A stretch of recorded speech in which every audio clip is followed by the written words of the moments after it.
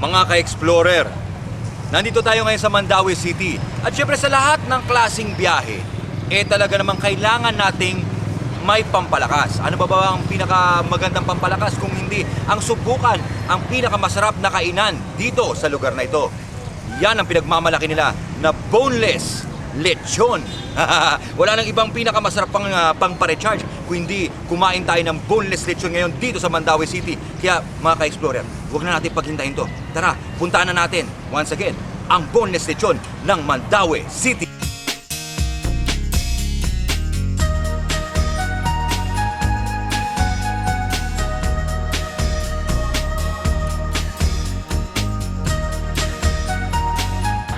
Ito po ito pong laki namin, Cebu Lechon Belly, boneless.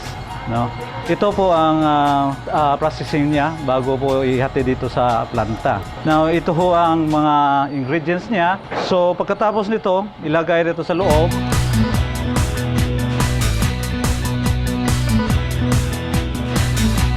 Then, itahe.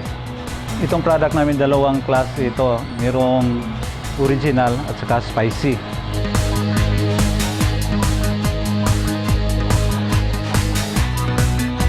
Pagkatapos namin tuhugin, ilagay na natin sa ihawan. So makita niyo, ito ang ihawan namin.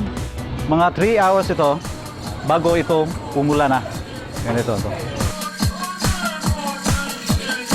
So after maluto na yung lechon, ilagay namin dito sa tray, then para ma-drain, ano. So ito, pagkatapos nito, lagay na po packaging. Ito pong ang packaging namin.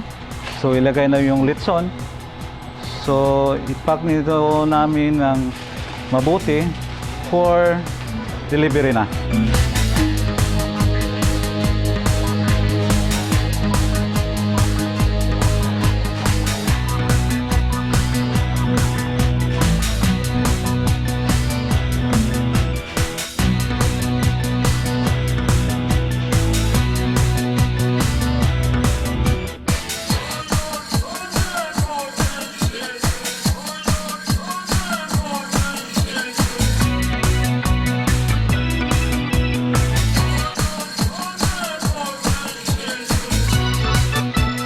I handled more than 50 personnel and also the marketing. I handled the marketing and also events. Monitor ng mga bellies, yung product namin, yung quality, yung quantity ng bellies na kailangan walang masobra. Medyo mahirap po na trabaho dahil yung product po kasi natin is grabe talaga ang demands. Our product is new in the market, it's boneless. So, hindi pa nila medyo naintindihan kung ano yan. Kasi I am inviting you all. Our new product, the boneless lechon, is Cebu's original lechon belly, the boneless lechon. You have to try it po. Dahil alam mo, iba talaga to sa lahat. Our tagline is, to taste is to believe. So, you have to try our boneless lechon. Back in August 2011, we conceptualized this product, no? We'll try to get it from yung mga bago na idea. So we went to a meat shop, then got the portion sa belly area ng pork, yung tummy area lang kasi yung paborito ng mga tao dito sa Cebu. So I was thinking talaga to make a lechon out of it. So yung nagawa namin after a few tries na perfect din. But we started sa August, then until October. Na perfect namin by October, November, ready for market. But we were still thinking how to market it sa public dito sa Cebu.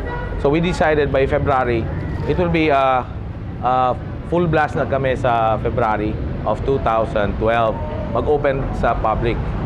So ganun ang nangyari, but we had to open a lot of outlets. In due time, nalaman na nila how it was. We were expanding from February until now. So, okay lang. Importante na love ng mga Cebuano, yung taste talaga. Kasi legit lechon yun eh. Then, boneless na. So, There's no bones. It's so hard to think about it, but now that it is here, it is available in the market. We have branches already in Manila, and we are branching out also sa Iloilo, Davao, and some other places in sa Philippines, no? And plans for next year is we go sa Asia. For all of you out there, thank you so much for the support. We are going 3 years already. We thank you again for supporting our product, the boneless lechon.